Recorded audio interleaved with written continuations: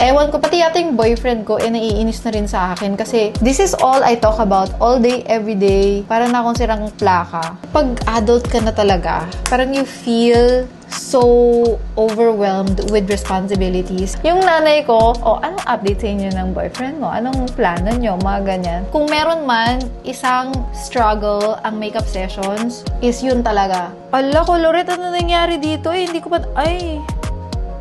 Hala, nag-ano siya, Colorette. Hala, tagal na naman ng jowa ko. Ano ba? Ano bang plano? Ganyan-ganyan. Dapat ba? Ganito? Dapat ba? Pilitin ko siya. Alam mo yon. Hi guys! Welcome back to my channel. So today, meron na naman tayong bagong vlog. And for today's video is magme-makeup lang tayo, magchichikahan. And wala po tayong guest today kasi hindi po to episode ng makeup session.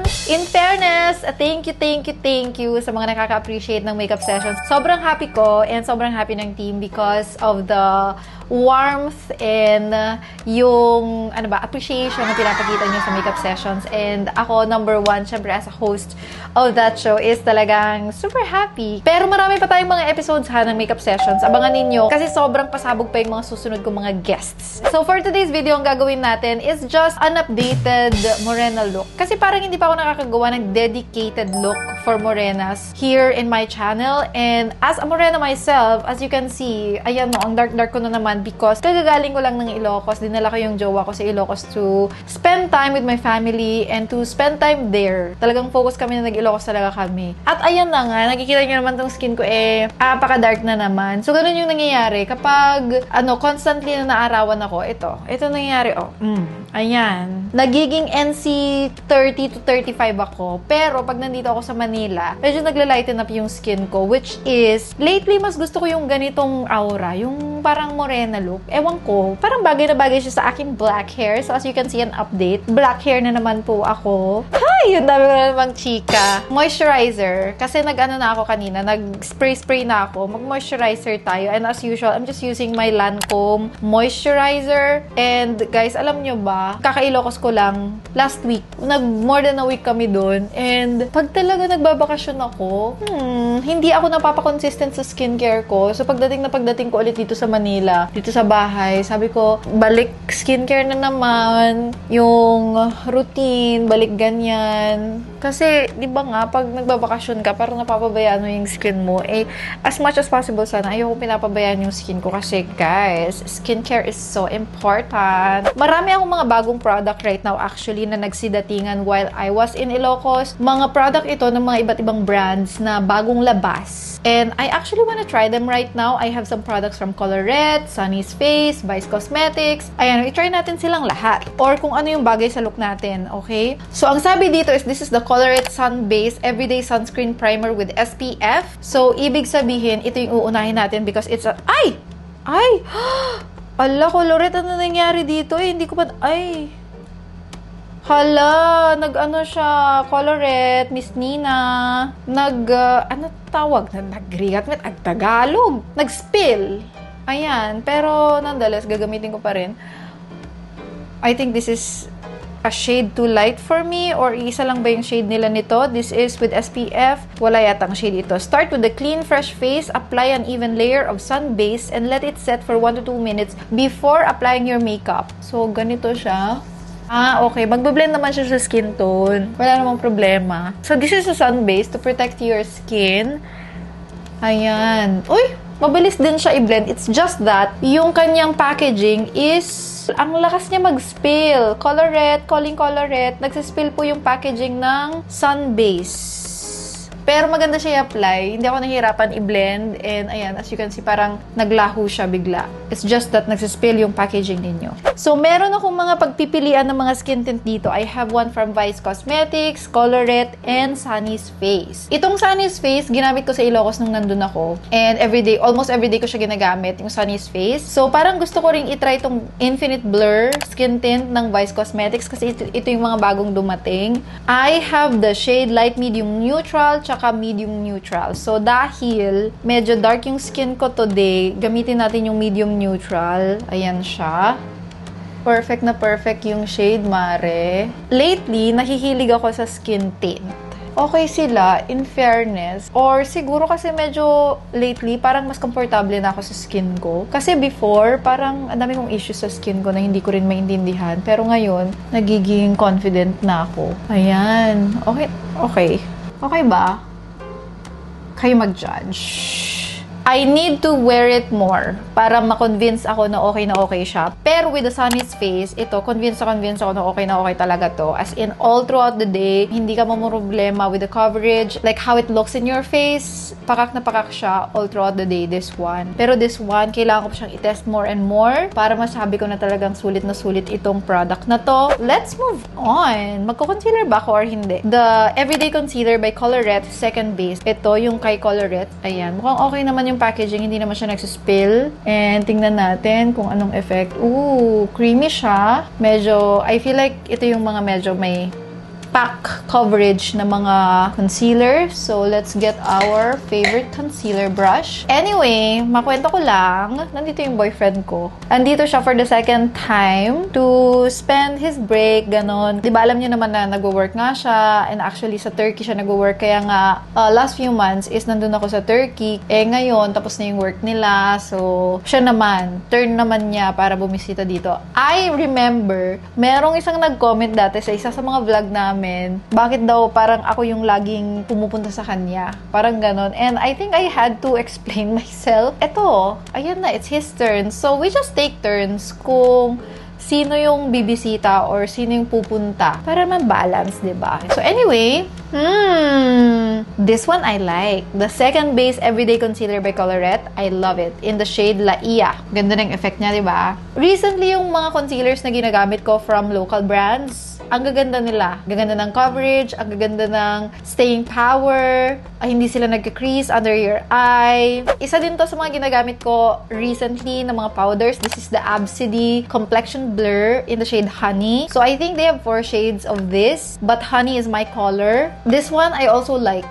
Kasi, matte ka all day. And nakaka-blur talaga siya. And also, of course, ito, yung Izzy, na minention namin dun sa makeup sessions namin ni Lorene, which is also so nice. Tapos, ito din, yung Skintific. Nakakagawa ko lang actually ng video nito sa IG Reel. And in fairness, guys, actually, hindi ako makapili kung saan sa mga to yung gusto kong gamitin. But, alam mo, gamitin natin silang lahat. Favorite ko tong tatlong to ngayon na pinag-switch. Itong tatlong to, gagamitin ko yung Absidy under my eye. Ayan. And then, for the rest of my face, gagamitin ko yung Skintific. Look how nice itong Absidy. As in fairness, umislay kayo sa product na to. Kasi ang ganda ng blur niya, tapos hindi siya masyadong nakaka-cakey, and hindi siya makapal sa feeling. Ayan. Diba? And then, I'm gonna use the Skintific sa buong mukha ko. Kasi sobrang ganda rin itong Skintific. So, if you're using skin tint, tapos parang nakukulangan kayo sa coverage, pero ayaw nyo nang magdagdag ng more product para hindi mag-cakey, go na kayo sa powder na may coverage. I like to add itong Skintific powder. I am in the shade 04 Beige. This has always been my shade. Even sa cushion ng Skintific, yung 04 Beige din yung aking favorite shade. Ayan o, ang ganda. Oh my God. Meron ako mga iba't ibang mga product na ginagamit for kilay right now. And pasensya na kasi, whenever we do our makeup sessions episode, hindi ko man lang na-mention yung mga products na ginagamit ko dun. Kasi nga, nakafocus kasi talaga ako sa mga questions and syempre sa guest, ganon. So, hindi ako nakakapag-discuss kung anong mga products yung ginagamit ko. Actually, sometimes more on product na ginagamit ni guest yung mini-mention ko. I really appreciate yung mga nagbibigay ng mga tips and criticism for makeup sessions. Thank you. Maraming salamat. Lahat-lahat ng yun ay kinikonsider talaga namin because gusto namin mag-grow and ayaw namin na sarili lang namin yung pinapakinggan namin. Gusto namin yung input ninyo. Gusto namin na maging part din kayo nung pag-grow ng show, ganun. So anyway, ito na nga. Ayan, ang ganda na ng kilay natin. Okay ba yung kilay na ginawa ko? Now, I'm using the Strokes Microblade Pen Hybrid in the shade Garnet. So, ito ginagamit ko lang just to add more volume sa aking kilay. Because sometimes, ewan ko, parang na-overpluck ko yata yung kilay ko. Sometimes, parang ang nipis-nipis ng kilay ko. Gusto ko sana ng bushy kilay kasi lakas makabata pag bushy kilay, diba? Kwento ko lang, since we're talking about makeup sessions, isa lang talaga sa mga pinaka-struggle ng show is yung mga guest. Kasi, Mars, lahat-lahat ng mga guest ko, sobrang mga, as in mga mega influencers lahat. So, ang hirap mag-schedule, Mare. As in, napaka-busy nilang lahat. Kung meron man, isang struggle ang makeup sessions, is yun talaga. Scheduling, as in. And siguro for any show, I feel like isa din yun sa mga struggles nila, yung mag-schedule ng mga guest. Kasi, yung mga pinipili kong guest din, kasi syempre, di ba, mga busy. Sorry guys, I cannot shut up about makeup sessions. Ewan ko, pati yata yung boyfriend ko, naiinis na rin sa akin kasi this is all I talk about all day, every day. Parang na akong sirang plaka. Parang ganun yata talaga pag sobrang passionate kasi isang bagay. It's like you cannot stop thinking about it and you just wanna pour all your energy and effort into it. Sana, hoping na mag-work, di ba? Pero, till then, you just have to do your best. Naglagay ako ng cream eyeshadow. I am using the Clay Pen No Budge Color Stick by Detail. It is also one of the products na lately sobrang ginagamit ko kasi ang bilis gumawa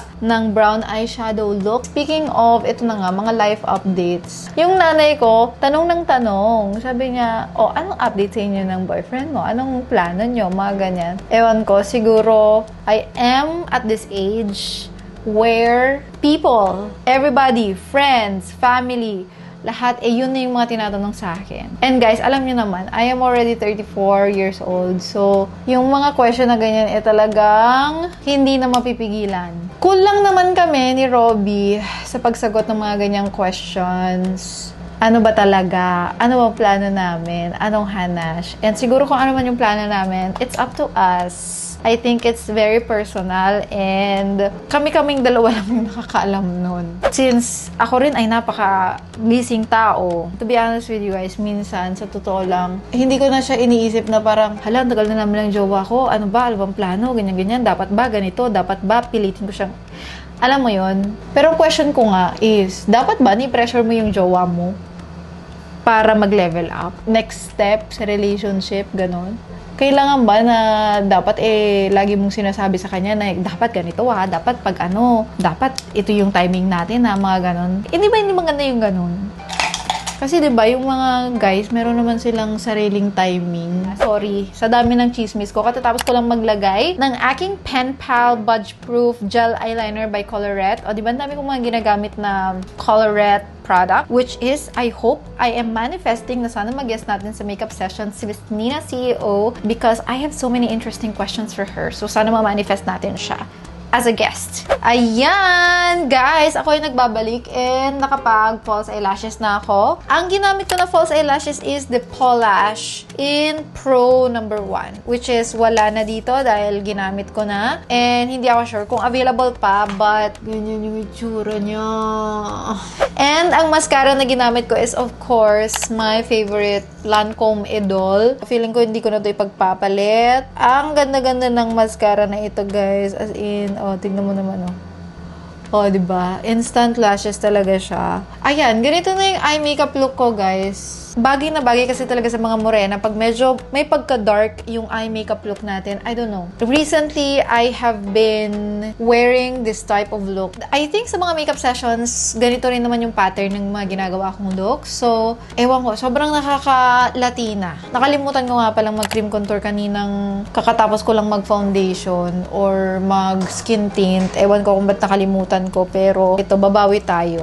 Ay, ito. Naglagay ako ng Rare Beauty Cream Blush in the shade Love. Kasi medyo morena ako right now. So, medyo dark yung ginamit kong shade. So, as you can see, yan yung effect niya sa akin. Ang ganda, diba? Medyo parang reddish, orangey yung dating niya. And I will top it off with Bomba by Sonny's Face. And you know what I like to do is dito. Naglalagay talaga ako dito sa nose. Kasi ang lakas kasi niya maka-sunburnt look. And that's the type of looks that I have been loving lately.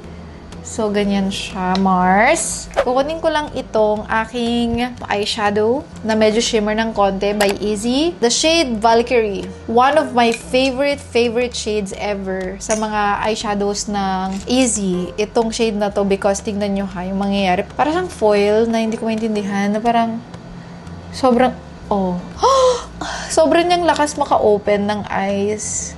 Ayan o.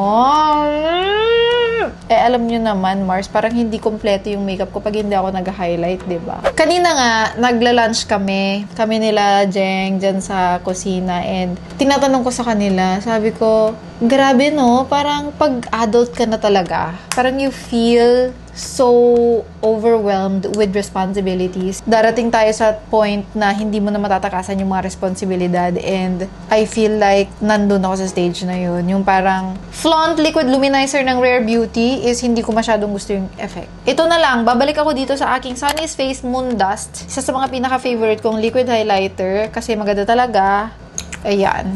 Para sure. What was I yapping about? About being overwhelmed? Yes.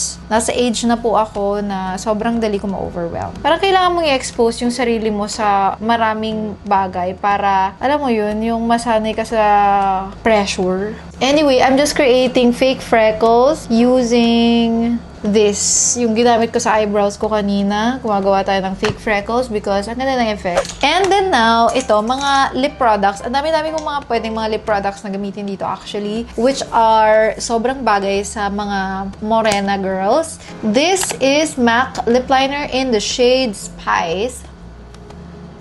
Isa sa mga, bet na bet ko rin ng mga lip products right now is itong Happy Skin Lip Oil Stick. Bagong-bago siya ngayon. Kakalabas lang nitong mga lip oil stick na to ng Happy Skin. And I am using the shade Cloud9. And last night, nung nasa biyahe ako, ito yung ginamit ko. Kasi sobrang nagdidry yung lips ko. Pero nung ginamit ko siya, sobrang nakaka-hydrate talaga siya. Kasi it's lip oil but in lipstick form. So, if you want the hydration of lip oil but you don't like the sticky feeling or the lip gloss effect, I think this will be perfect for you. O, diba? Ang ganda ng shade niya sa akin. This is the shade Cloud9. But, hindi pa rin ako kontento dyan. Gusto ko pang dagdagan. Ano pa ba? Pwede tayong maglagay pa ng, ito kasi yung mga Jelly Kiss kasi ng Colorette. Nagamit ko na rin sila ng bonggang-bongga eh.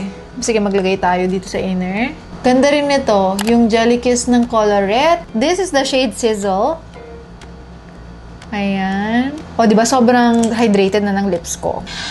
Tapos, magta-top tayo ng lip glaze, which is yung lip glaze ng Sonny's Face. Meron ng bagong, ayan o, meron na silang bagong applicator. Diba? Isa din to sa mga pinaka-favorite kong lip gloss ever. Kasi kita mo naman o. Ayan o. Boogsh. Oh my God, ang ganda ng makeup natin for today. Ang lakas maka Morena Goddess. So, yung mga makeup recommendations ko, I hope nag-take notes kayo ha. Kasi ang ganda talaga ng mga ginamit natin mga products right now. Ayan, ito yung nabuo natin. I hope you guys like it. Thank you so much for watching my vlog. Abangan nyo yung mga susunod pang mga makeup sessions and mga iba pang mga vlog natin. Thank you so much for watching this video. Till my next vlog. Bye! Mwah!